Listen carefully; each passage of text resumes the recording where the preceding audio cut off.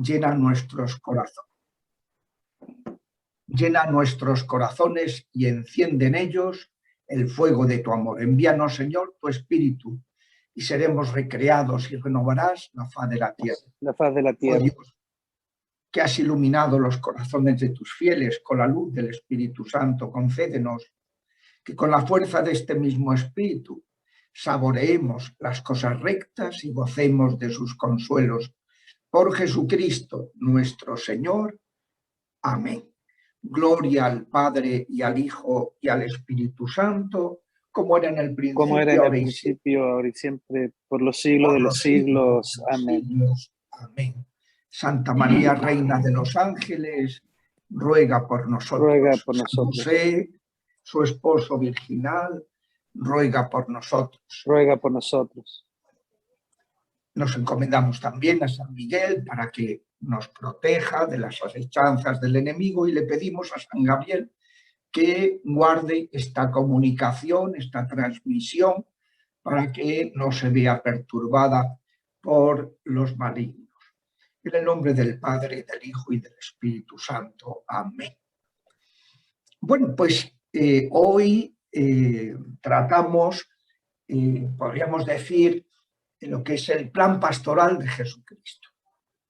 Muchas veces, con motivo desde que Pablo VI ya empezó a utilizar la expresión de nueva evangelización, que era el tema que ocupaba al concilio, los padres conciliares, pues habría que decir que la Iglesia, desde que deja de ser una Iglesia ya estatal, asistida por el Estado, invadida también en muchos momentos por el Estado, cuando abandona eso con la pérdida de los estados pontificios, empieza a surgir pues un gran prestigio en los papas que ya pues se dedican a lo que tienen que dedicarse y la verdad es que ha habido una secuencia de papas pues muy admirable, ¿no? Muy ejemplares. Pero la Iglesia pues sí se ve ante una nueva etapa, que es que ahora hay que evangelizar ya no desde el poder, sino desde la santidad.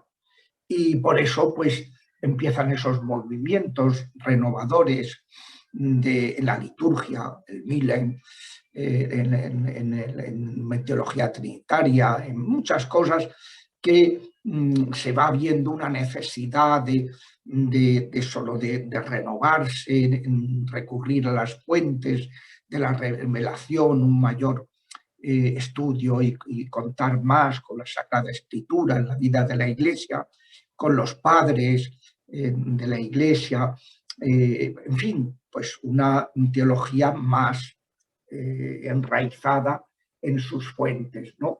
Y pues se va viendo pues una necesidad de plantearse, bueno, a ver cómo evangelizamos en un mundo nuevo, donde pues ahora estamos en libertad, donde hay que aprender a dialogar, donde hay que establecer ese diálogo con los creyentes en el Dios verdadero, pero el Islam, los judíos, los creyentes, los cristianos, que son las comunidades católicas, comunidades cristianas separadas de la Iglesia oriental, las iglesias orientales,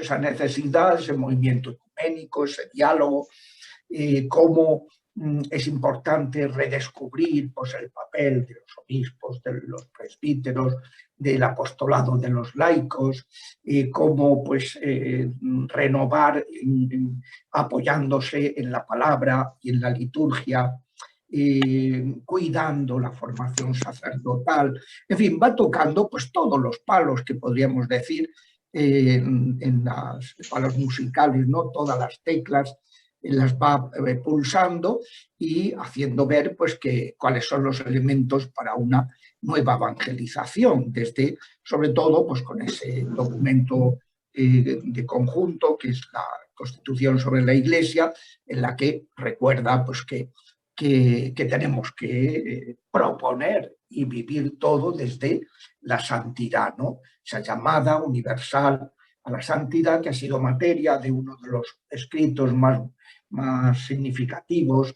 del Papa Francisco, ¿no? La exhortación apostólica Gaudete et Exsultate, sobre el llamado a la santidad en el mundo actual.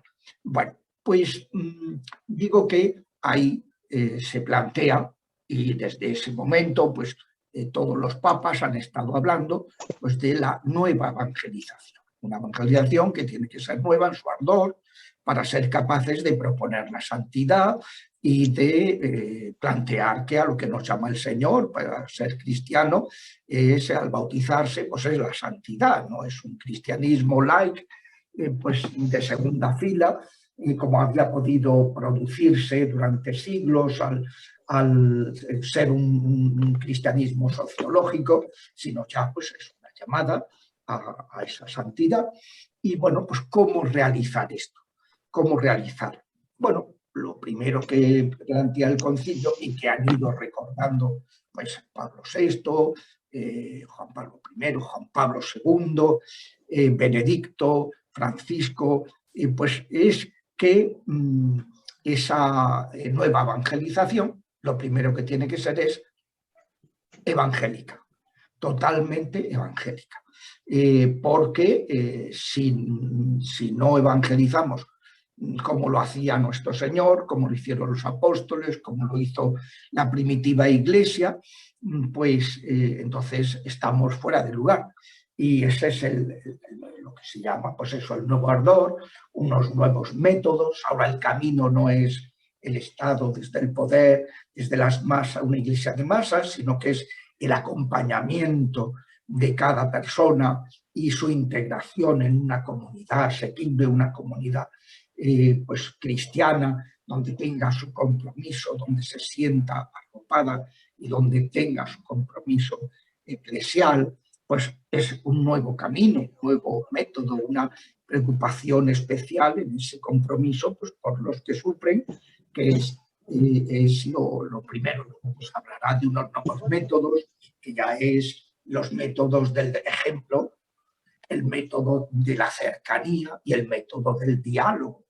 Luego, pues unas nuevas proyecciones para responder a unos retos que se han planteado con ocasión de la nueva situación de pluralismo religioso y, por tanto, una educación para vivir la fe en libertad y unos retos que provienen de que la revolución industrial y la revolución tecnológica, que las nuevas tecnologías, todo lo referente a la pastoral sanitaria, todos esos problemas de la defensa de la vida, que se han ido planteando al encontrarse pues, estas nuevas tecnologías.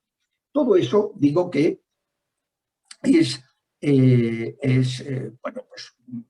un nuevo enfoque. Pero dentro de este nuevo ardor, nuevos métodos, nuevas expresiones y nuevas proyecciones de la fe, el método tiene que ser siempre una atención prioritaria para los que más sufren. Y los que más sufren son los que son atacados directamente por las criaturas más crueles que hay en este mundo, que son los demonios.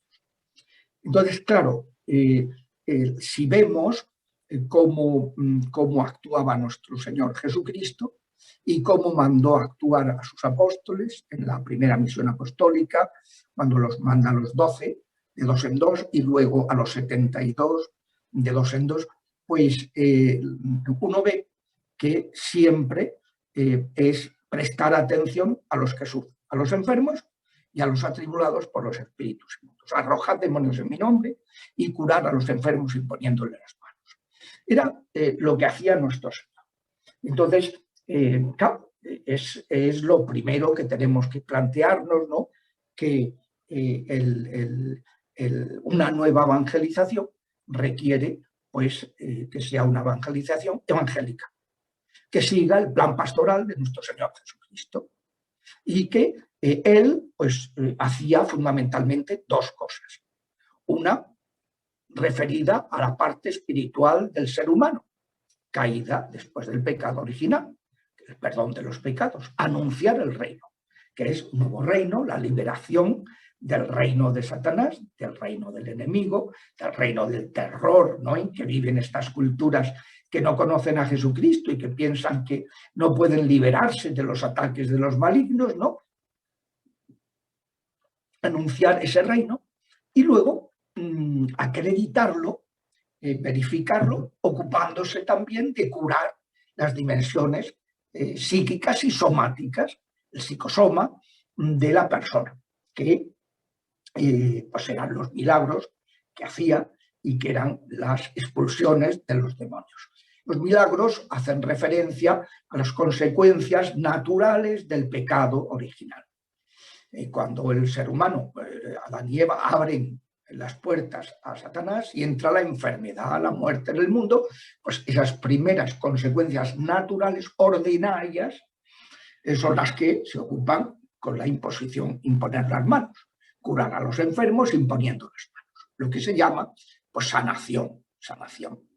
Y luego están las afecciones extraordinarias de los demonios, determinados ataques que ellos pues realizan cuando tienen derecho, cuando el Señor se lo permite, y se lo permite porque han adquirido un derecho que le ha dado la gente con sus pecados, ¿no? El propio interesado o los que lo rodean, sus antepasados, etcétera, como aparece en la Biblia, en el Éxodo, el Deuteronomio, dicen que los pecados de los padres repercuten en los hijos hasta la tercera y cuarta generación. Entonces, así como las cosas positivas, esos quedan para siempre, Dios había puesto un coto para que no los pecados de los padres, pecados graves, no repercutieran, no redundaran en los hijos más allá de esas 4 generaciones. Si se repite, pues entonces puede aumentarse el número de generaciones, ¿no? Si se repite el pecado, claro, en esas nuevas generaciones. Entonces, digo que ¿qué será el plan pastoral de Jesucristo? Anunciar el reino, el perdón de los pecados, que es una realidad invisible, espiritual, y acreditarlo, mostrar que no era un charlatán, que no era una persona, un embaucador, pues haciendo signos visibles. Así por eso, San Juan en su evangelio cuenta 7 signos, ¿no? 7 milagros. Y él los presenta como signos. El sentido que le daba el Señor, es lo que él quiso subrayar en su evangelio, que hacía esos milagros como signo de su divinidad, que es el punto de fondo que el evangelio juánico pues, va a insistir más. Estamos a finales del siglo I, pues ya hay mucho gnosticismo, pues supongo pues, que Juan tendría también pues, que entenderse con problemas de fe de tipo arriano que luego darían la cara cuando ya se produjo la libertad religiosa. Entonces él quiere subrayar que Jesucristo es el Hijo de Dios. Entonces por eso él cuenta esos 7 signos, 7 milagros, que eran signos visibles de una realidad invisible, de una acción invisible, de que eso, como decía Jesús, para que veáis que el Hijo del Hombre tiene poder para perdonar los pecados, a ti te lo digo, toma tu camilla y echa a andar. Para que veáis. O sea, que el Señor le interesa sobre todo el perdón de los pecados. Le interesa sobre todo nuestra liberación interior, pero no se desentiende de la liberación de las consecuencias del pecado. Las ordinarias con la sanación y las extraordinarias con la liberación. Es más, Jesucristo, y lo hemos leído hace muy pocos días en el Evangelio de Lucas, pues cuando le acusan de echar demonios, expulsar demonios con el poder de Belcebú, pues él le dice, bueno, entonces vuestros hijos cuando los intentan, hacen esos exorcismos, ¿en nombre de quién lo hacen? ¿De que están haciendo brujería? Entonces, pues él le dice, no, si yo expulso a Satanás o a los demás demonios con el dedo de Dios, es la señal de que el reino ha llegado a vosotros. Es la señal inequívoca. ¿Por qué? Pues porque, vamos a ver, los profetas, los hombres de Dios, los enviados de Dios, hacían milagros. Incluso el profeta Elías y el profeta Eliseo se relatan que resucitaron muertos. Y entonces, claro, eran milagros muy grandes.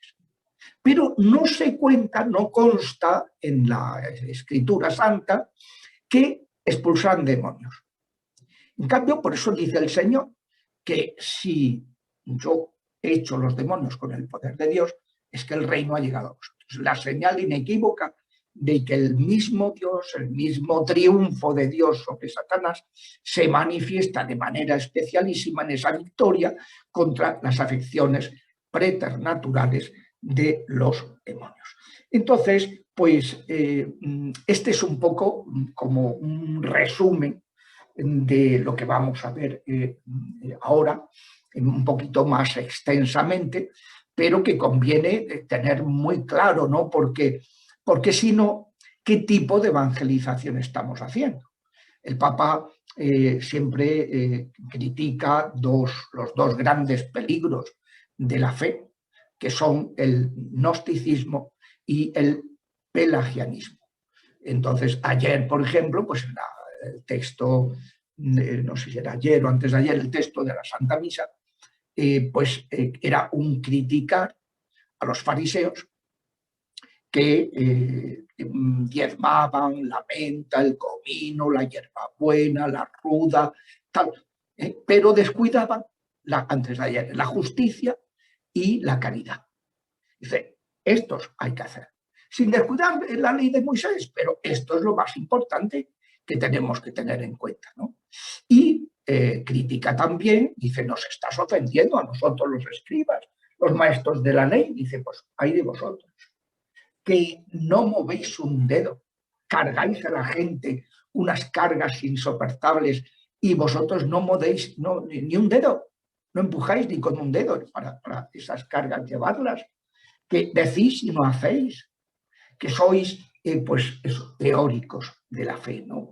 Entonces, eso es lo que los dos grandes peligros de la evangelización, quedarse, conformarse, pues uno en su parroquia, pues tiene una catequesis de lo que sea, ¿no? De muchachos de confirmación, de niños de primera comunión, de padres que vienen a bautizar a sus niños, y entonces quedarnos pues con una fe gnóstica. La fe, tío, ¿usted es creyente? Sí, sí, pero creyente, porque claro, hay dos tipos de creyentes, los creyentes y los creyentes que creen y que viven la fe. Claro, porque si una persona dice que es creyente y no la practica, pues es como los demonios, que también saben que existe Dios, pero no lo viven. Se estremecen, dice Santiago. También los diablos creen, pero se estremecen. Entonces, pues tiene que ser una fe que no sea gnóstica. Y sin embargo nos conformamos. Bautizamos a chicos que sus padres no practican, ni les parece que la fe sea algo necesario para la vida, en lugar de aprovechar esa petición para iniciarlos, introducirlos en un proceso de iniciación cristiana. Y cuando estén preparados, entonces pues ya celebrar el bautismo de su hijo. Pero cuando ellos estén preparados, ¿cómo se les va a decir? Es que lo que es absurdo es decir en el ritual, en el rito, unas cosas que sabemos que no se van a cumplir ni de broma. Eso es el peligro del gnosticismo en la evangelización, ¿no? En lugar de eso, de la primera comunión, 3/4 de lo mismo, ¿no? Muchachos que después de haber hecho la ceremonia ya desaparecen, el 95%,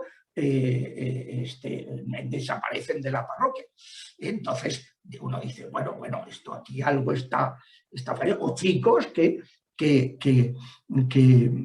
que están preparándose para confirmarse, pero que no participan en la vida de la Iglesia, ni viven una vida cristiana, ni se divierten y descansan sanamente, ni tienen una vida de oración, ni nada de nada, ni se confiesan, ni van a misa los domingos, ni hacen oración, ni nada de nada, ¿no? Y uno dice, claro, pues luego se han confirmado y se han ido, ¿no? Como las cigüeñas, ¿no? Que desaparecen, como vuelan, ¿no? Y entonces, pues, no, pero si es que lo estamos planteando de una manera, una evangelización gnóstica. No es, como hacían los primeros cristianos, no se administraban los sacramentos sino un catecumenado. Que un catecumenado no es una catequesis. Cuidado. Catecumenado no es una información de 4 noticias doctrinales, teóricas, de aprender unas cuantas oraciones y de saber unos cuantos ritos. No, no. Nuestras catequesis en gran medida son gnósticas. Son gnósticas.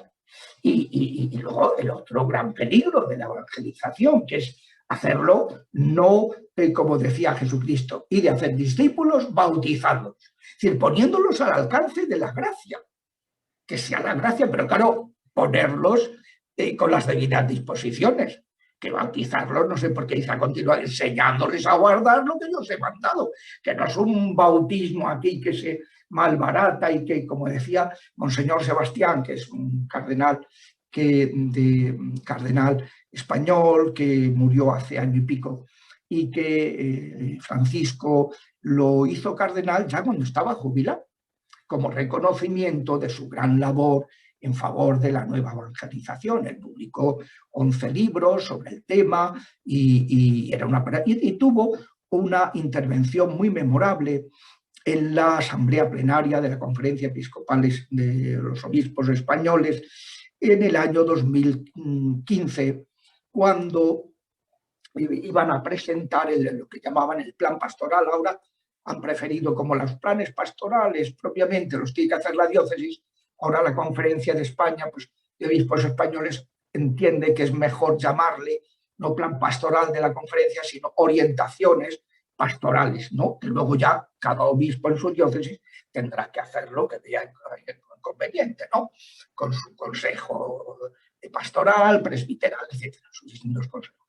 Pues eso, habían preparado el plan pastoral para los años 2016-2020 y entonces les dio una conferencia que fue muy memorable porque fue muy comentada, porque salió en revistas, con entrevistas, porque claro, había causado mucho impacto.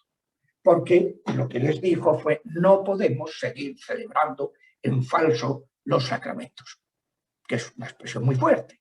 No podemos seguir celebrando en falso los sacramentos, especialmente los de la iniciación cristiana. Bodas, bautizos, comuniones, bueno, las bodas no, pero vamos, que son asimilables, bautizos, comuniones y confirmaciones, y las bodas. No podemos seguir celebrándolas en falso, engañándonos, porque claro, se va extendiendo el desmantelamiento de la vida de la Iglesia en la medida en que no evangelizamos como lo hacía Jesucristo. Entonces, claro, en las entrevistas le decían: bueno, pues que hacemos eso, nos quedamos sin nadie. Y les decía el cardenal todo lo contrario. Precisamente en cuanto convirtamos a las personas que de buena voluntad en discípulos del Señor, se transforman en apóstoles y ellos arrastran a otros. Por el contrario, cuando seguimos con este plan de desmantelamiento para mantener, ¿no? Y tienes, pues, claro, lo que conseguimos es quemar a los ministros, que, claro, que están pues con no sé cuántas parroquias, con no sé cuántas, y claro, eso, y provocar pues que la gente siga en estampida.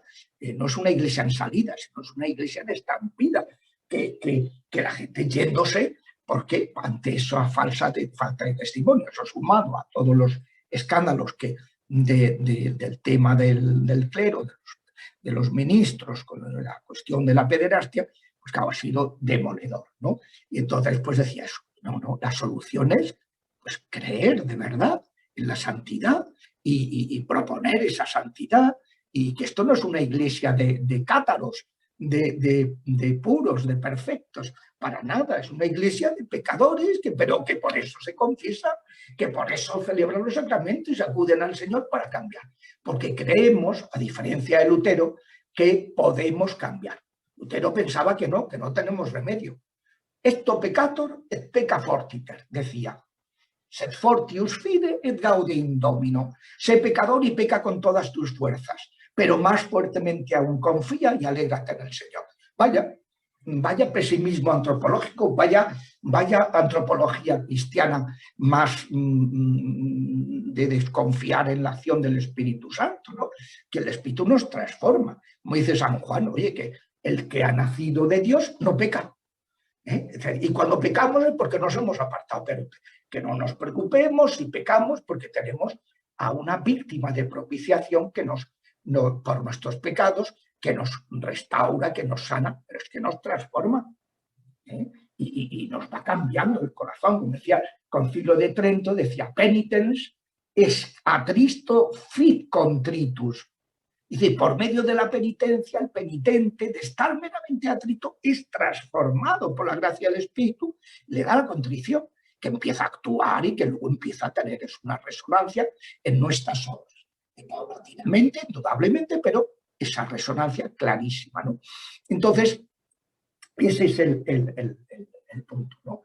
Que nuestro Señor pues sigue ese plan, ¿no?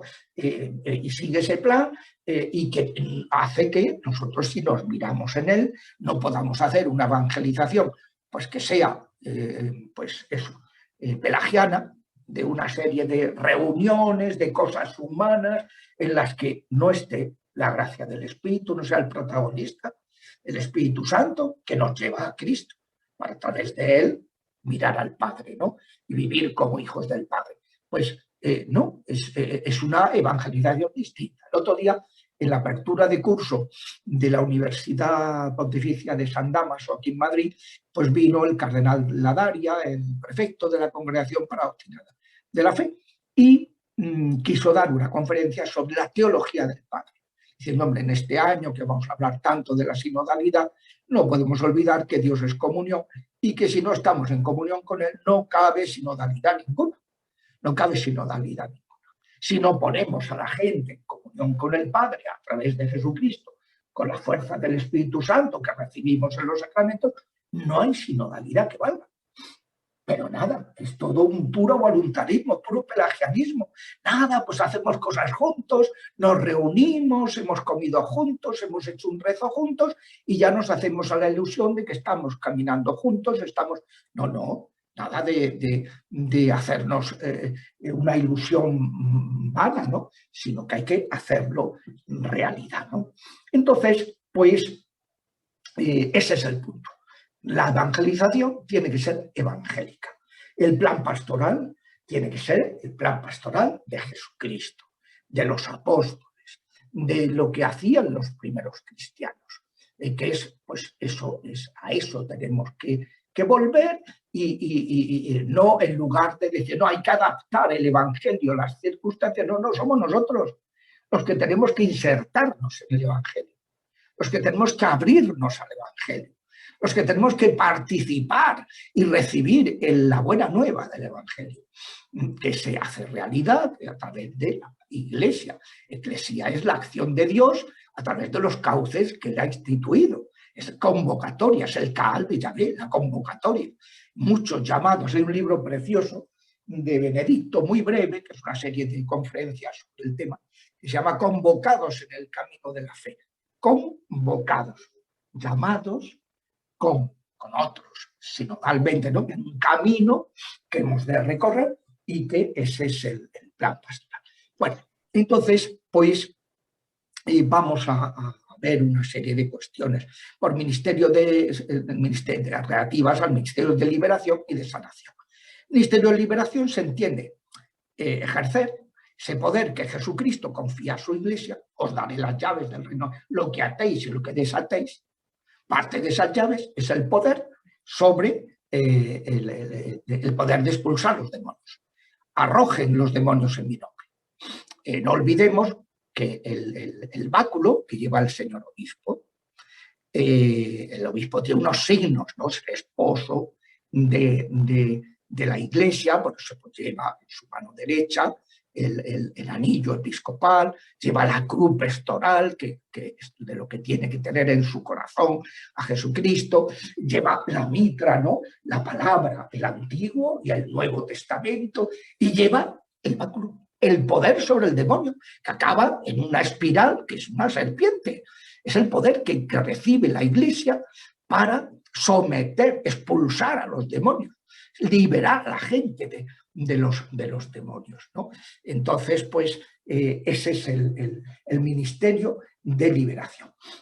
Y se llama ministerio de sanación, la facultad que el Señor entrega a sus discípulos para curar enfermedades mediante la imposición de las manos sobre el enfermo. Esto es algo que ambas cosas, por lo general, yo desde luego puedo afirmarlo, que en mi seminario no se nos habló de ninguno de estos ministerios. Yo digo, ¿cómo es posible que hayamos llegado a esos extremos? Bueno, es posible porque, como ya explicaremos en la siguiente clase, cómo se abandonó todo esto. Cuál es la teología judía, protestante y católica, entre comillas, que sustentó este abandono de los ministerios de sanación y de liberación, ¿no? Pero que efectivamente es una cosa verdaderamente disparatada, ¿no? Yo digo, vamos a ver, hay curas, yo conozco curas, que cuando comenzamos el tiempo ordinario y empiezan a salir estos textos de Marcos en que Jesús empieza a echar demonios, se los cambian y proclaman otros evangelios, porque es que no creen en eso. Entonces les pone muy nerviosos el que se hable del demonio. Y no igual que hay curas, por ejemplo, cuando se habla del pasaje de Marcos que leímos el otro día, ¿no? Este domingo, no, el anterior, el que se separa de su mujer y se junta con otra, o la mujer que repudia a su marido, se junta con otro, adultera.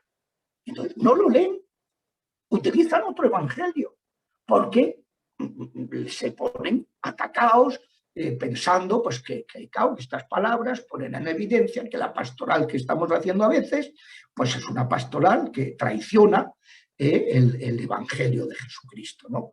Entonces, bueno, pues digo que esos son esos dos ministerios.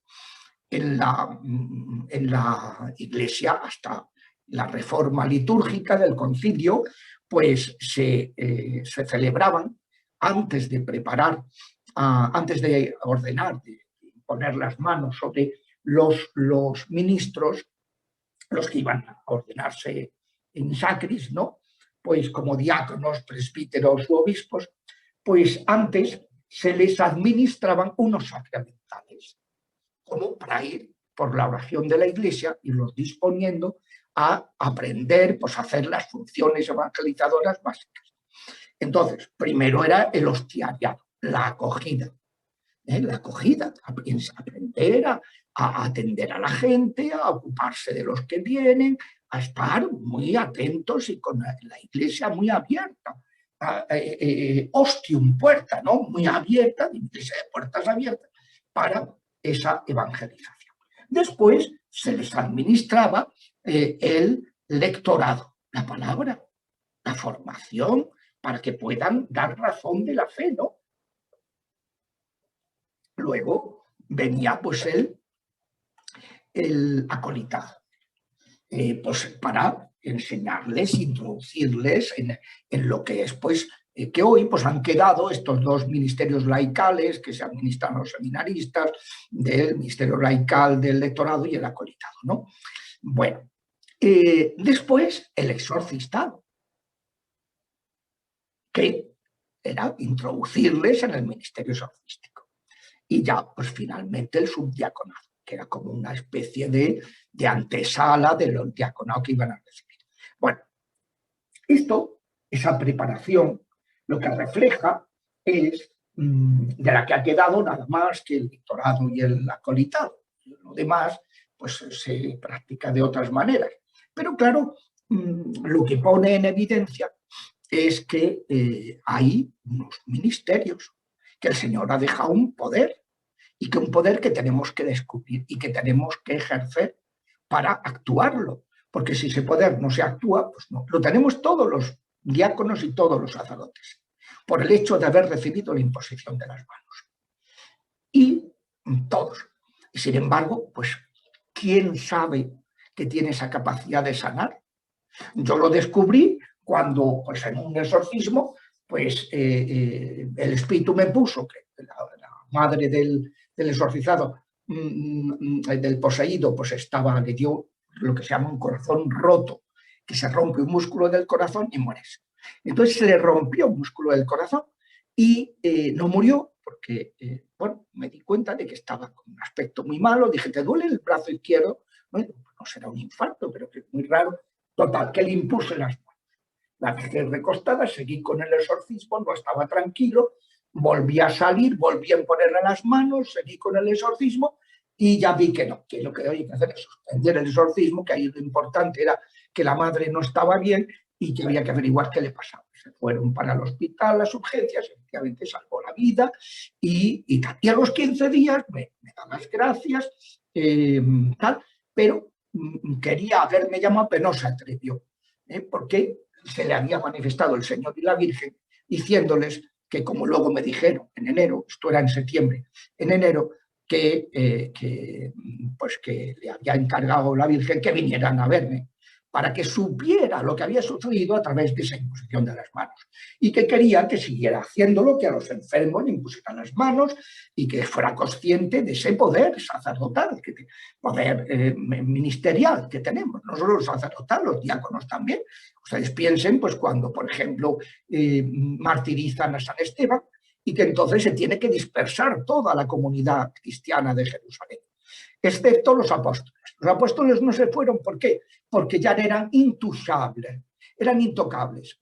Los habían metido en la cárcel varias veces, habían salido y entonces tenían terror. Se daban cuenta de que estaban protegidos, de que no podían con ellos, que tocarlos podía ser muy peligroso. Y entonces ellos quedaron en Jerusalén, pero todos los demás tuvieron que irse.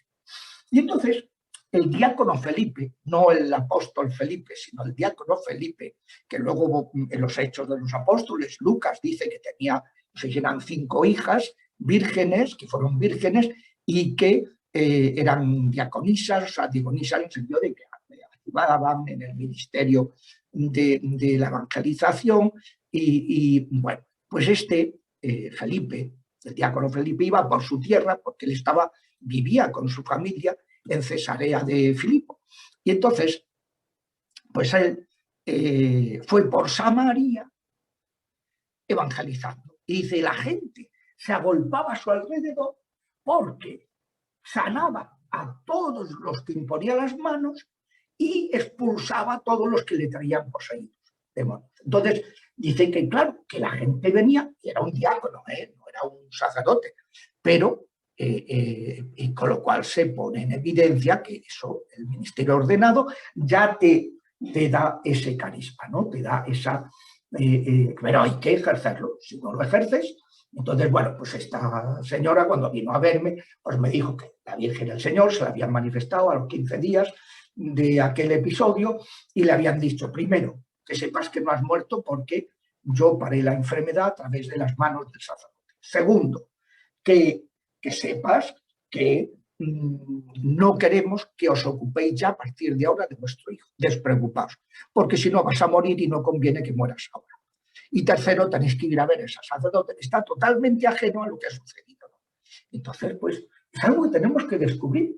A mí no se me olvidará, estando un año, suelo ir con relativa frecuencia cuando puedo, en vacaciones, a pasar unos días en Isla Cristina, que es un pueblo de la provincia de Huelva, es el segundo puerto pesquero de España y que, por tanto, claro, la Virgen del Carmen es la patrona, la Virgen del Mar, ¿no? Y la fiesta de la Virgen del Carmen, yo tomo las vacaciones siempre en julio, la fiesta de la Virgen del Carmen es todo un acontecimiento allí. Y un año, pues, acabando la misa, estaba todo el templo abarrotado, hacía un calor ese 16 de julio, ese año espantoso, aquello era o sea, porque hay 3 templos en ese pueblo, un pueblo grande, hay 3 parroquias, pero la fiesta se hace en la parroquia principal. Estaba todo el mundo allí, con el alcalde al frente, que no era católico, pero pues, en la fiesta pues estaba allí. Bueno, total, que una persona muy enferma que pertenecía al coro había querido ir a cantar al coro. Estaba en la parte de arriba y subía todo el vapor, todo el calor, subía hacia arriba. Total, que le dio un soponcio. Llamaron a la ambulancia inmediatamente, vino una ambulancia, yo me di cuenta, me desvestí, salí y le pedí al médico de la ambulancia si no tenía inconveniente en que le rezara un momentito y le impuse las manos. Y me dijo, sí, pero dése prisa porque la estamos perdiendo y nos tenemos que ir ya, porque está todo descompensado y la estamos perdiendo. Está muriendo. Bueno, le recé, me bajé, pues muchas gracias, tal, adiós. Y a los 3 días me llama el párroco. Javier, ¿qué pasó el otro día en la ambulancia? Digo, ¿qué? ¿Tú cómo sabes eso? Dice, porque ha venido esta mañana el médico de urgencias, que es creyente, diciendo que a ver si podías ir a colaborar a las urgencias del hospital, podías ir a colaborar y tal. Y bueno, yo estoy de vacaciones ahora, donde colaboro, donde soy capellán es en Madrid, soy capellán de un hospital, ¿no? Y bueno, y entonces, claro, le expliqué lo que había sucedido, me decía este sacerdote, que ahora es uno de los vicarios de la diócesis de Huelva, pues me decía, qué pena que esto no nos lo han enseñado, que tengamos ese poder en nuestras manos y no nos lo han enseñado. Entonces, pues es algo que forma parte de ese ministerio y además no hay que olvidar que a veces la sanación, las enfermedades, hay enfermedades como aparece en el Evangelio, por ejemplo el caso del lunático, del mudo, del ciego y mudo y de la encorvada, que son casos que se cuenta, el del lunático en Mateo, Marcos y Lucas, el del mudo en Mateo, el del ciego y mudo en Mateo y el de la encorvada en Lucas. Pues esos casos se dice que el Señor echa al demonio y se cura el que estaba perturbado mentalmente, el que estaba mudo, el que era ciego y mudo y la mujer, la anciana, está encorvada.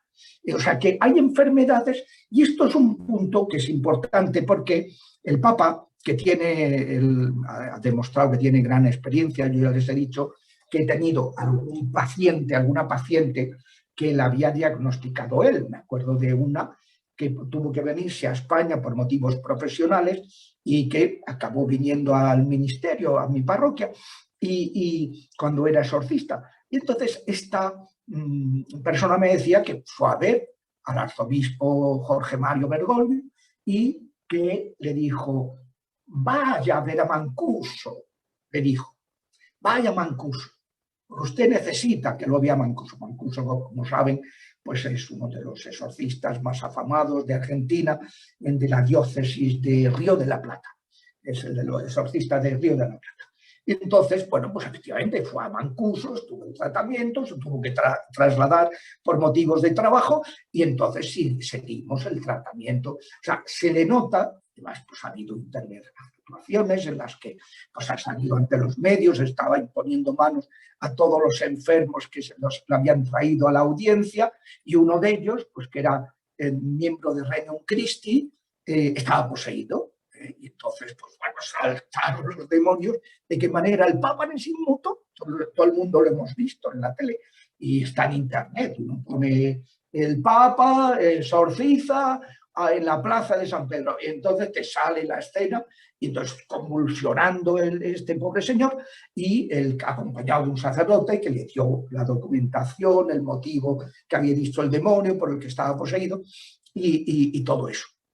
Entonces, el Papa ni se inmutó, aguantó a los demonios, los sometió con su imposición de manos y cuando ya los había sometido, entonces, sin inmutarse, pasó al siguiente. Y por eso, claro, él habla pues, con el conocimiento de causa. Por eso los obispos de Estados Unidos han sacado el libro reprendiendo al diablo, en inglés o en francés. Entonces, pues eso, ¿no? Reprendiendo al diablo, y que recoge sus catequesis hasta el momento en que publica el libro, sus catequesis de los miércoles sobre y de las homilías de Santa Marta sobre el combate contra el enemigo. Dice cosas interesantísimas, más muy prácticas, muy bien centradas, siempre diciendo no hay que darles protagonismo, no hay que hablar con él, porque sale al paso de lo que él sabe, que el defecto de muchos ministerios de liberación es que se ponen a hablar con los demonios, a indagar cosas, que los engañan como chinos, que se ponen a darles protagonismo, que hacen liberaciones en público, como hacen los pentecostales y hacen los protestantes, que montan unos numeritos, unos espectáculos que le dan protagonismo al diablo, que eso es lo que ellos quieren, y además ponen en evidencia a la persona. Nadie tiene que saber que este señor o esta señora están poseídos, es un atentado contra la privacidad, ¿no? Entonces, bueno, pues el Papa, que es consciente de que eso nos pasa en los ministerios, pues lo dice con ocasión y sin ella, que la liberación siempre es en privado, que es además individualmente, nunca varios a la vez, porque se realimentan, se interactúan los demonios unos con otros y salen peor de lo que entraron. Entonces, bueno, que hay muchos fallos de estos que el Papa pues es consciente y tiene experiencia en ello, entonces pues advierte y sabe dar unas pautas, unas orientaciones muy prácticas y muy atinadas, ¿no?, sobre estos temas, que da alegría. Pues yo creo que es el Papa en los últimos tiempos que más ha hablado de este tema, de la liberación, más entendido y que más ha hablado del tema de la liberación. Luego, pues él también, una de las cosas que hace es consciente de que dice que uno de los defectos que tenemos en los ministerios es que porque descubramos que hay una perturbación psicológica, el lunático, excluyamos que se trate, que haya también una afección espiritual, algo diabólico. Dice el Papa, no hay nada más necio que pensar eso. Y a muchísima gente la echamos del ministerio porque pues, le hemos mandado a un psiquiatra, el psiquiatra dice, hombre, tiene un cuadro, un trastorno de personalidad, un no sé qué. ¿Qué tiene que ver? Tú diagnosticas, o sea, el intrusismo profesional, el psiquiatra que se centra en lo suyo. Hay además otros síntomas, como me dijo un psiquiatra, me trajo una chica, que le digo, bueno, ¿usted por qué me trae, doctor, a esta mujer? La chica joven, todavía no se había casado, ya está casado, felizmente, tendría 20 y pico años, 27 años por ahí tendría. Y que parecía muy delgadita, pero no podían con ella, o sea, era una cosa cuando entraba en trance. Entonces, pues sé por qué me la trae, empezó a decirme una serie de datos que escapaban del ámbito psiquiátrico. Es decir, conoce cosas ocultas. Tiene una fortaleza impensable en una mujer de ese peso, de esas características, que tal, una fuerza desmedida. Resulta que tiene que levita. Resulta que, entonces, claro, toda una serie de cosas. Dice, mire usted, esto no, yo ahí no puedo hacer nada. ¿Qué medicación le voy a dar para que no levite? ¿Qué medicación le voy a dar para que no se entere de lo que tengo en mi mano? Que le digo, ¿qué tengo aquí? Y era una cajita con una medalla conmemorativa de un centenario de no sé qué historias.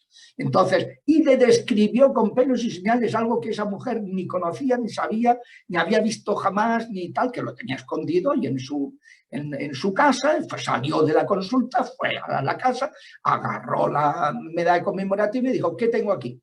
Y la otra se lo describió, dice, esto se escapa dice, son otros signos. Entonces, claro, el sacerdote es el que tiene que discernir si hay esas señales preternaturales. De la acción se habla en lenguas desconocidas, si son cosas que solo pueden realizarse a través de la intervención de los demonios. Entonces, pues claro, cada uno tenemos nuestro terreno, pero que no olvidemos, dice el Papa, que en muchas ocasiones, esto lo dijo en el año 17 en el Congreso de Fuero Interno de la Penitenciaría Apostólica, que hacen a principio de año, la penitenciaria, ese dicasterio. Entonces, pues les dijo eso, que no descartemos, porque van muchas veces unidas. El demonio aprovecha, porque son perezosos, y entonces la persona frágil psicológicamente lo tiene más fácil para invadirla y para perturbarla. Y la persona y otras veces, con sus perturbaciones repetidas, y acaban desquiciando y descentrando a una persona que no tenía ninguna fragilidad psicológica y que, sin embargo, pues acaba desquiciándose como consecuencia. Y por tanto, que no cometamos el error de descartar por el hecho, porque la psique y lo espiritual pueden ir unidos y se pueden realimentar, cada uno que trabaje en su terreno, ¿no? Bueno, entonces digo que estas son cosas que el Papa nos advierte y que que hay que tener en cuenta. Se podría decir que el ministerio de sanación y de liberación es como una prolongación en nuestro cuerpo de esa gracia de los sacramentos de curación. El sacramento del bautismo, que nos cura del pecado original, y de los pecados personales que se hayan cometido hasta ese momento, el sacramento de la penitencia, que renueva el bautismo, ya no con agua, sino con lágrimas, por eso se llama penitencia, me penitet, ¿no? El sacramento de la unción, que fortalece el espíritu, el ánimo y el cuerpo, en la medida en que convenga la salvación de la persona, y otras veces, cuando no conviene prolongarle la vida, lo que hace la unción es que la persona acepte la muerte. En el hospital, eso lo vemos mucho, que me dicen muchas veces los sanitarios, bueno, esta persona tendría que haberse muerto ya, pero es que no quiere morirse, y está resistiéndose, está en una situación cada vez más calamitosa, y le das la unción y acepta su muerte. Y al día siguiente ya ha aceptado y el Señor se ha ido con el Señor, y el Señor se la ha llevado, y porque ha aceptado su muerte, ¿no? Entonces, pues unas veces ayuda a no morirse, otras veces justamente a lo contrario, aceptar la muerte, porque actúa sobre la totalidad de la persona y le hace que esté más unida a Dios, que esté más acompañada por el Señor, que esté más sostenida, que esté pues, de otra manera, ¿no? Bueno, pues es como una prolongación que expresa esa compasión de Jesucristo, que fue enviado por el Padre como buen samaritano, como Jesús. Jesús significa Dios es salud, como médico de nuestras almas y nuestros cuerpos. ¿Cuál es la medicina? El Cristo, el Crisma, el Espíritu Santo. Es el médico que nos da al Espíritu Santo, ¿no? Para sanarnos. Entonces, pues, este es el tema del ministerio de liberación. ¿Cómo se ha ejercido en la Iglesia? Pues como lo ejercía Jesucristo. ¿El pecado qué ocasiona? El pecado ocasionó, como sabemos, ¿no? Pues que el día que comieres, moriréis sin remedio. Se produce una pérdida de la integridad, esos dones que se llaman preternaturales, esa plenitud natural o preternatural que tenía la naturaleza humana, además de la comunión con Dios. En el momento en que se pierde la justicia original, la vida divina, la comunión con Dios, pues entonces tiene una redundancia en el cuerpo. Entonces, pues ellos perdieron para sí y para sus descendientes, perdieron la inmortalidad, perdieron la confianza entre ellos, que explicaba Juan Pablo II, que estaban desnudos el uno ante el otro y nos avergonzaban, pues estaban perfectamente compenetrados. Tú te avergüenzas ante un extraño.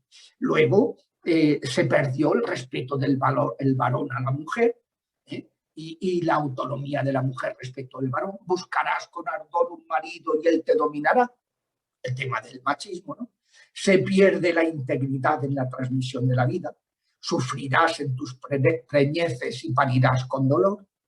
Se pierde el dominio que tenían sobre la creación. Adán puso nombre a las cosas, a las criaturas, que nominar, o sea, imponer nombre, significa conocer, significa dominar. Tenía esa ciencia infusa, la pierden, Y entonces, pues, cuando eso sucede, o sea, esas consecuencias psicosomáticas de la pérdida de la comunión con Dios, o sea, del pecado de origen, pues esas consecuencias, hay un cataclismo espiritual, pero hay un cataclismo psicosomático. Pues esas consecuencias, el Señor envía, el Padre envía a su Hijo para devolvernos el don del Espíritu Santo que nos vaya sanando de esas consecuencias. Nos sane de la culpa, el pecado, la culpa original, el bautismo y los pecados personales, la reconciliación, etcétera, y nos vaya sanando pues a través de este ministerio. Somos una unidad de cuerpo y espíritu, que no somos ángeles, y entonces pues lo que nos pasa en nuestro espíritu repercute en el cuerpo, y por eso el diablo ataca nuestro psicosoma. Este tipo de perturbaciones van al psicosoma.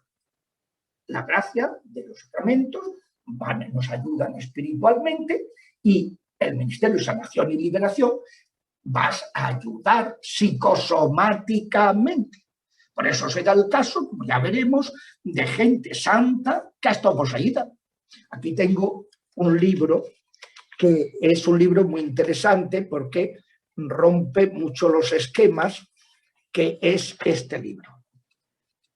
Padre Pío contra Satanás. Y de subtítulo dice: Historias de santos endemoniados.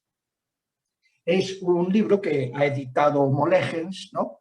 Y que entonces cuenta, muy interesante, cosas que ha podido acreditar el autor, este Marco Tossati, a partir del siglo XI. Dice: antes del siglo XI no he conseguido documentación suficiente como para poder verificarlo y tal, ¿no? Pero desde el siglo X hasta ahora puedo hablarles de estos santos que han estado poseídos.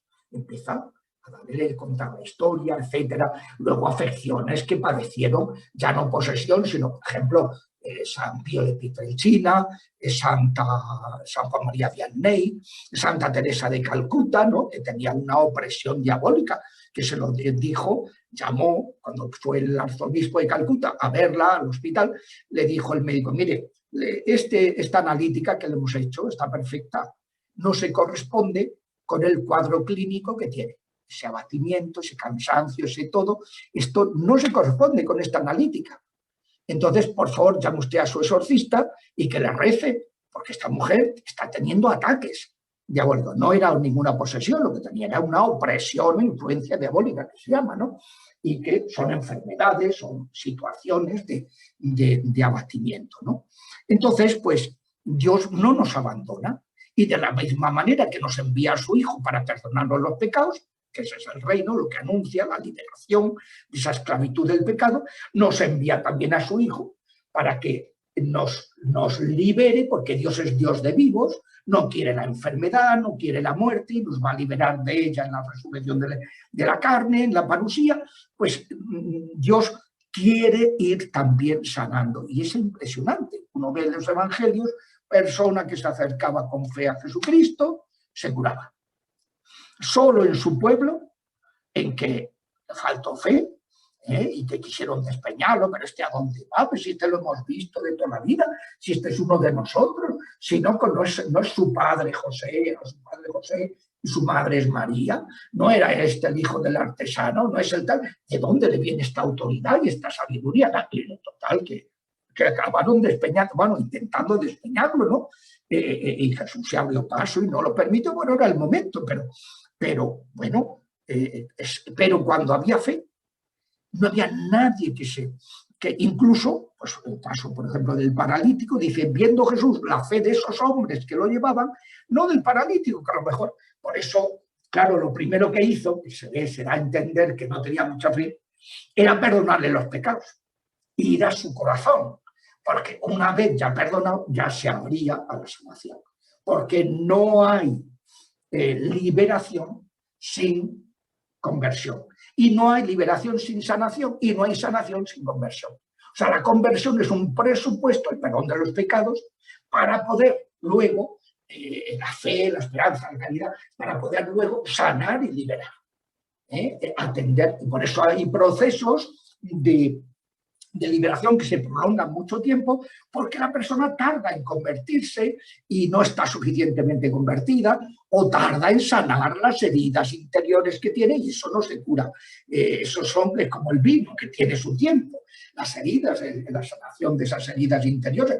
Y luego otras veces se prolongan en estos procesos porque hay presuntos implicados, y Dios aprovecha estas oraciones para convertir también a esos implicados que han sido causantes muchas veces, pues tanto gente que esté en el purgatorio como que esté, y entonces pues hay que sanar el árbol genealógico, hay que sanar, hay que buscar la conversión de personas que han maldecido, familiares que lo han maldecido, y hasta que no se produzca eso, pues no se libera, ¿no? Hay veces que cuando le preguntas al demonio, ¿por qué no te vas? Siempre el demonio tiene que obedecer, pero hay ocasiones las que ves que no se ha ido. Se queda como sin atacar, asustado, pero no se puede ir. Y tú ves que está ahí, aunque no está fastidiando.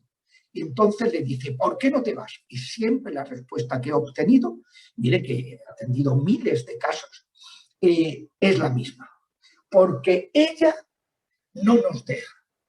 Y siempre que escucho esta respuesta, he entendido inmediatamente que hay que profundizar en la sanación, en la conversión de no solo del interesado, sino de los presuntos implicados. Porque Dios está aprovechando esas oraciones para esa salvación, para salvar a gente que está de otra manera, no tendría nadie que intercediera. Y por eso la Virgen, que es madre, pues los tiene ahí como encarcelados. A veces se quieren ir y no se pueden ir, pues están sufriendo ya. Claro, cuando el interesado empieza a rezar, pues lo pasan fatal los demonios. Cuando el interesado se convierte, están atrapados en ese cuerpo donde se han metido indebidamente. Entonces, pues claro, quieren irse, pero no pueden, cuando la Virgen no los deja. Porque ella no nos deja, dicen en muchas ocasiones. Bueno, pues digo que en estos, que Jesucristo ha venido a eso. Y entonces es muy interesante bueno, pues cómo el Evangelio se ocupa de las consecuencias espirituales de la caída original en cada persona, de nuestros pecados, nos ofrece el perdón, ¿no? Y luego renovar el bautismo tantas veces como lo necesitemos, ¿no? Pero además se ocupa de nuestro cuerpo, de nuestro psicosoma.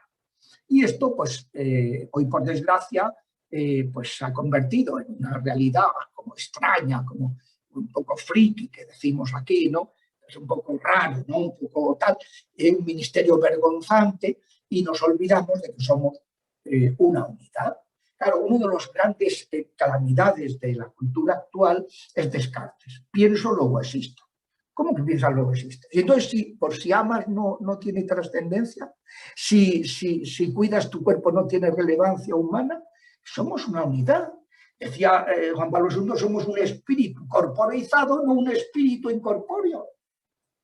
Un espíritu corporeizado que está en un cuerpo y formando con él una única naturaleza. No son dos naturalezas extrínsecamente adheridas, sino son una unión sustancial. Es uno de los dogmas más repetidos, ¿verdad?, en la historia de la Iglesia. Es el de la unión sustancial de espíritu y cuerpo. Lo enseñó el segundo de Orange en el año 529. Lo repite el Lateranense IV en 1215. Lo vuelve a subrayar el Concilio de Vienne en el año 1312. Y lo vuelve a recordar el Vaticano II, en la Gaudium et Spes, número 14, primer párrafo. Somos una unidad, espíritu-cuerpo. Y toda esa visión de Descartes, de Platón, de los plotinianos, de los espiritistas que dicen que somos un espíritu caído que utiliza un cuerpo durante un tiempo, todos los que creen en la reencarnación, todos los de la ideología de género que dicen que el cuerpo es premoral, que por eso lo que yo haga con mi cuerpo no es ni bueno ni malo, es premoral, que lo importante es la moral de actitudes, que decía Marciano Vidal, y que han dicho Fuchs, McCormick, Sullivan, Hugh, Mahoney, los 5 jesuitas, y Francis Carran, que es secular, y que decía el padre Gering, redentorista, y Marcelo Vidal, que vive todavía, redentorista también, es decir, que el cuerpo es una prótesis, y decía Juan Pablo II, de prótesis nada, no es un atributo de la persona, es un constitutivo, decía Juan Pablo II, de la persona. Entonces, Dios se ocupa también de nuestro cuerpo, nuestro psicosoma, que son esas 7 afecciones.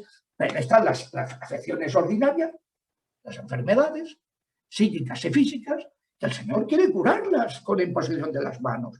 Aparte de que pongamos los remedios naturales de ir al médico o de ir al psicoterapeuta, que a veces no basta la psicoterapia, sino que hace falta una medicación.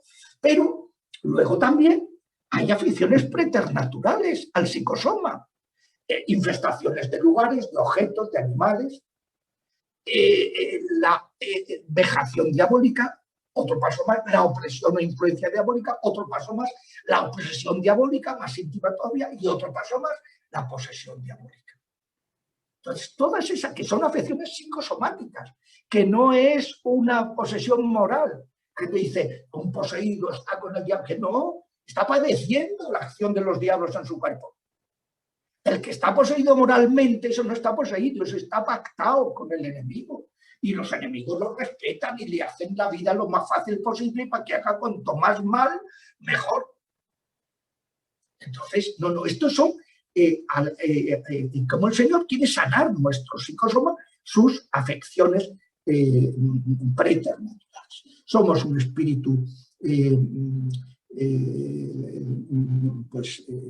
corporizado y un cuerpo espiritualizado, que tiene unas notas espiritualistas que no tienen los cuerpos de los animales. Cuando un paleontrólogo examinan unos restos de antropoides, lo que se pregunta es, ¿hay vestigios del más allá, que eso es del espíritu? Entonces es cosa humana. Segundo, ¿hay vestigios estéticos? ¿Hay arte? Porque entonces es humano. Los animales no hacen arte. ¿Hay tecnología? Entonces es humano. ¿Por qué? Porque los animales no hacen ciencia. Tienen un instinto y se preocupan de lo suyo, pero no tienen un interés utilitario universal, que es lo que da lugar a la ciencia, que es algo cerebral, que es algo del cerebro, racional, de nuestro raciocinio, que no es espiritual, pero es una capacidad espiritualista de nuestro cuerpo, de nuestro cerebro, que no tiene esa función, no la tienen los animales. Y de la misma manera no tienen sensibilidad estética, y no tienen eso, no buscan. Nosotros, en cambio, acompañamos todas las funciones primarias, la alimentación. Pues oye, la comida entra por los ojos, como te lo emplatan, como te lo presentan. El otro día me invitaron en un restaurante francés, muy bonito, muy sencillo, muy bien, y además muy asequible de precio. Y entonces era precioso. Y cómo te emplataban las cosas, es que entraban por los ojos. O sea, entraban por la estética, o sea, en el plano de la alimentación, en el plano de la vivienda, de la subsistencia, de la sexualidad, todo lo acompañamos de esa sensibilidad estética. Es básica, es fundamental, es humana. Nuestro cuerpo está espiritualizado, tiene notas personalistas y nuestro espíritu está corporizado. Por eso el Señor no nos ha abandonado y nos ha, pues, se ocupa de nosotros, y cuando Él pues envía a sus apóstoles, los envía de 2 en 2, esas 2 misiones, que anunciaran el rey y lo acreditaran, pues con ese plan pastoral, sanando y liberando. ¿Y nosotros qué hacemos hoy? Es que de verdad, yo cuando digo, ¿cómo puede uno leer el Evangelio? Y dice, bueno, sanamos en sentido, empezamos a hacer teorías, metáforas, que lo que dice el Evangelio es que curaban, le hacían curaciones milagrosas. Entonces, bueno, pues eso es básico y es, pues eso, es el plan pastoral de Jesucristo, el plan pastoral de sus apóstoles. Eso es tan normal. Dice cuando los escoge para enviarles a las ovejas descarriadas de Israel a fin de proclamarles que ha llegado el reino de los cielos, dice Mateo, les dio autoridad para expulsar espíritus inmundos y curar toda enfermedad y toda dolencia. Toda enfermedad, toda dolencia. Pero claro, si hay fe, si no tenemos fe, pues no curamos nada. Pues no curamos nada. Pero cuando hay fe, cuando se producen unas cosas, lo que le pasó al padre Emiliano Tardif, que era un racionalista y mucho cuidado, y que estaba muriéndose de su cáncer, no sé si era de pulmón o de lo que fuera, pero un cáncer ya galopante en el hospital que ya estaba, vamos, más para allá que para acá. Y entonces le vienen 3 señoras de la Renovación Carismática que le dicen: padre, usted tendría inconveniente que rezáramos por usted. ¿Cómo le vas a decir a unas señoras que con toda su buena voluntad quieren rezar por ti, aunque no creas en eso, ¿no? Dijo: bueno, no tenía inconveniente, ¿no? Rezaron por él, intercedieron en sanación y se curó inmediatamente. Y claro, el tío cuenta, pues, el libro que publicó después, a continuación, de cuando estuvo sustituyendo a un sacerdote en verano, un mes, pues le dijo: oye, tú tienes inconveniente que al acabar la misa imponga las manos por si hay algún enfermo, para pedirle a Dios que sane a sus bebés y a sus enfermos y tal. Y el párroco dijo: no, tú haz lo que veas oportuno y tal. No sabía la que se le iba a liar. Bueno, entonces, el primer día, que había 20 personas aproximadamente, pues no recuerdo el número exacto, pero vamos, una cosa así, en la parroquia, la misa dominical, pues impuso las manos y se sanaron unos cuantos.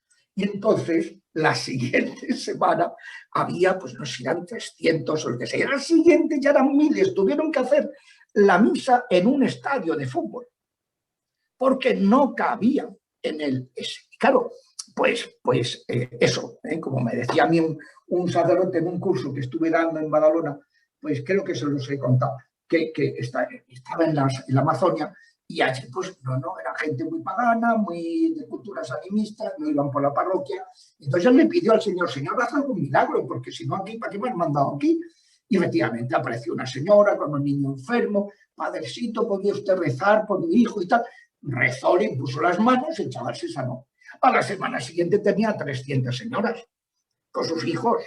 Y claro, empezó a romper ya pues la misión, empezó a hacer misión, que hasta ese momento no, eran misioneros en misión, sin poder. Es que a la gente lo que le entra por los ojos es eso, la señal de lo divino, el signo de lo divino. Si no, es que somos unos charlatanes, somos unos gnósticos, unos teóricos, que hablamos de cosas, pero no hacemos lo que hacía Jesucristo. Y el plan pastoral de Jesucristo, ¿para cuándo lo dejamos?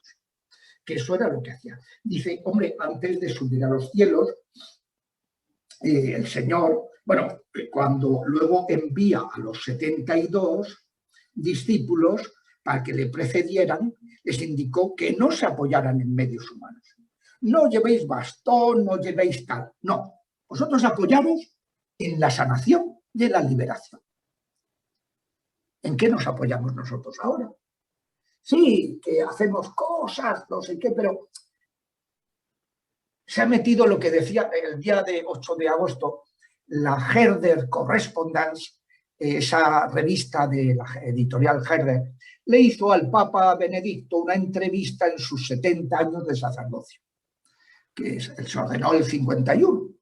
Y entonces, pues el Papa habla de la iglesia de oficina, esa iglesia burocratizada, esa iglesia que emite documentos sin fe ninguna, esa iglesia que no convierte, esa iglesia de oficina. Dice: es uno de los cánceres que tenemos ahora mismo en muchos lugares de la iglesia, especialmente en la iglesia en Alemania.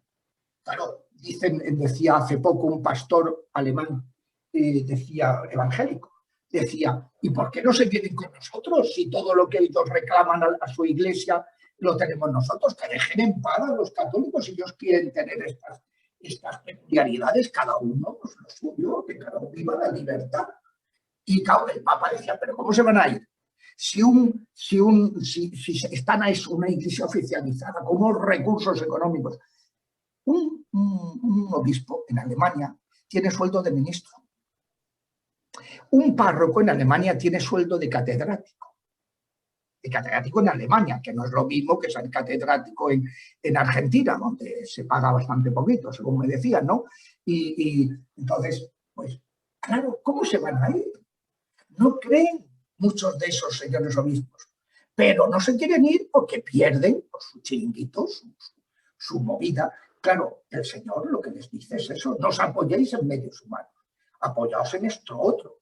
Y cuenta Marcos, Marcos 16, fácil es acordarse, en el final de su evangelio, dice, cuando está despidiendo en la ascensión a la gente, les confía la misión de proclamar la nueva a todo el mundo, de hacer la realidad mediante el bautismo, y les dice, a los que tengan fe, los que crean, les acompañarán estos signos, expulsarán demonios en mi nombre y curarán enfermos mediante la imposición de las manos. Y así lo hicieron los primeros cristianos.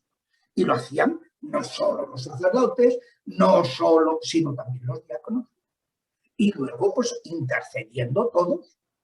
Hace no mucho, en el año 85, la Congregación Palestina de EFE mandó una carta a todos los obispos del mundo diciendo que, hombre, que se habían enterado de que estaban habiendo reuniones sobre todo la renovación carismática, en que laicos presidían la reunión y hacían oraciones imprecativas a los demonios. Y eso no puede ser. Eso está prohibido en la Iglesia. Los únicos que pueden hacer imperar a los demonios son los ministros. Ahora dice, eso no excluye que todo el pueblo de Dios, como dice el Padre Nuestro, líbranos del maligno, que la traducción no es buena cuando decimos líbranos del mal, porque es el maligno. Lo más que edulcoramos, ¿no?, en las traducciones.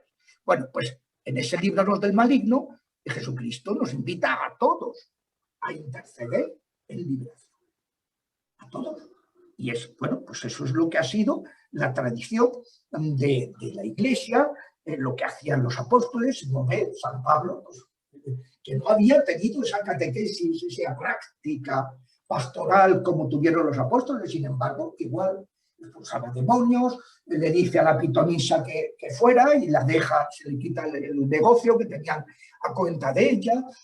Pues en Éfeso cuentan pues, que hasta los pañuelos que habían estado en contacto con Pablo, pues se los imponía a la gente y se curaban. Y entonces los 7 hijos de Esteban, al ver eso, que era un sumo sacerdote judío, que iban de exorcistas, pues dijeron, oye, pues si este Pablo pues, tiene este poder, pues vamos a exorcizar en su nombre. Y le dijeron a un poseído, en el nombre de Jesús de Nazaret, a quien Pablo predica, salid de este hombre. Y entonces el demonio le respondió, sabemos quién es Jesús, sabemos quién es Pablo, pero vosotras quiénes sois.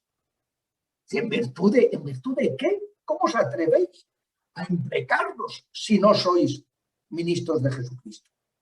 Entonces, eso es algo pues, arraigado en la Iglesia y que pues, conviene saber, ¿no?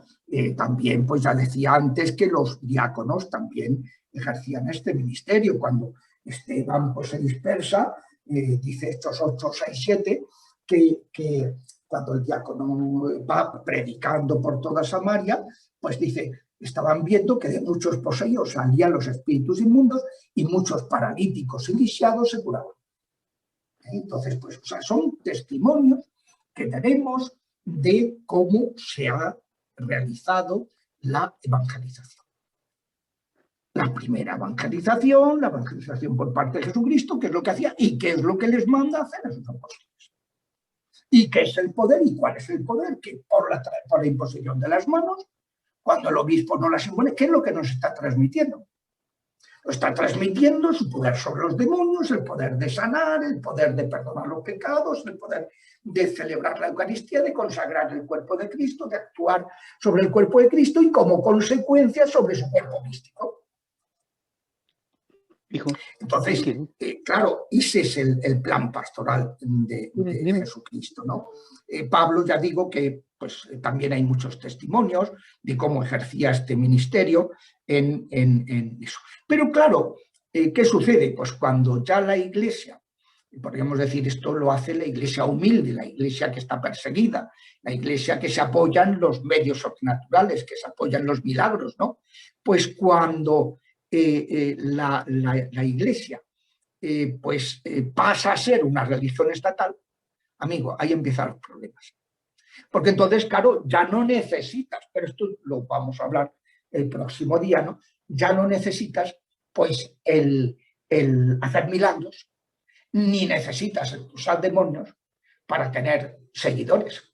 No, porque ahora por el hecho de, pasa cuando se bautiza Carlomagno, pues toda su guardia pretoriana, que eran 3000, pues todos se bautizaron, que se le hubiera ocurrido a uno no bautizarse, pues a saber lo que le habría sucedido. O sea, cuando la Iglesia ya se convierte en algo que por el hecho de pertenecer al Imperio Romano, pues tienes que ser cristiano, pues entonces, y si no eres de segunda fila. No olvidemos que cuando el emperador Teodosio y el Papa San Dámaso lo acepta, el emperador Teodosio saca el edicto de Tesalónica, está el edicto de Milán que sacó Constantino, el que da la libertad religiosa. Y la Iglesia no era una religión estatal. Dice, bueno, pero entonces, ¿por qué se celebró el concilio de Nicea en el palacio de Constantino? Pues muy sencillo, porque había unos líos entre los cristianos enormes y al emperador, la cuestión del orden público le interesaba, y le interesaba dejar claro, aunque él fuera arriano, o sea, él se hizo bautizar por un obispo arriano, él no era bautizado, pero se hizo bautizar por un obispo arriano, o sea, tenía más una propensión al arrianismo, y no por un obispo católico en el lecho de muerte cuando él quiso ser bautizado, ¿no? Pues digo que Constantino lo que le importaba era la paz social, y por eso quiso que un acontecimiento de esas características que es fácil que se celebrara en su palacio en su palacio imperial, ¿no? Pero no era la Iglesia ninguna religión estatal, ni estaba amparada por el Estado. Estaba mirando, había estado siendo perseguida, y a partir del edicto de Milán, el 313, pues pasa a ser respetada. Pero 70 años después, en el edicto de Tesalónica, también llamado Cuntos Populos, porque empieza con esas palabras: queremos que todos los pueblos profesen la fe que predicó Pedro aquí en Roma. Y que sea tenida esa fe, consiste en la fe en la Trinidad, Padre, Hijo, Espíritu Santo, y que el que no profese esto sea tenido por proscrito, por tal, que esa es la fe auténtica y que nosotros recomendamos. A partir de ese momento, claro, pasa a ser una iglesia pues que está tutelada, y empieza a ser invadida, hasta el punto de lo que pasó con todo el tema del cesaropapismo, del siglo VIII, IX, X, que fue una guerra tremenda, ¿no? Hasta que el Papa Hildebrando, el Papa Gregorio VII, San Gregorio VII, se impuso, ¿no? Pero hasta ese momento pues, le costó lo mismo la guerra de las investiduras. La guerra de las investiduras, en que había batallas entre los señores feudales para nombrar los obispos y luego para el nombramiento de los papas, hasta el punto de que lo que pasó en el siglo XIV, claro, cuando Gregorio VII, finales del siglo X, mete en cintura este tema y dice, pues ahora voy a nombrar yo a los obispos. Eso tenido consecuencias negativas, pero tuvo un efecto muy positivo de cortar con las investiduras feudales.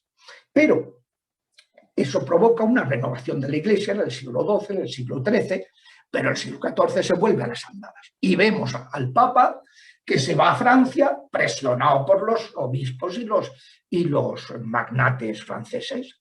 ¿Y qué hace un Papa, el obispo de Roma, en Aviñón?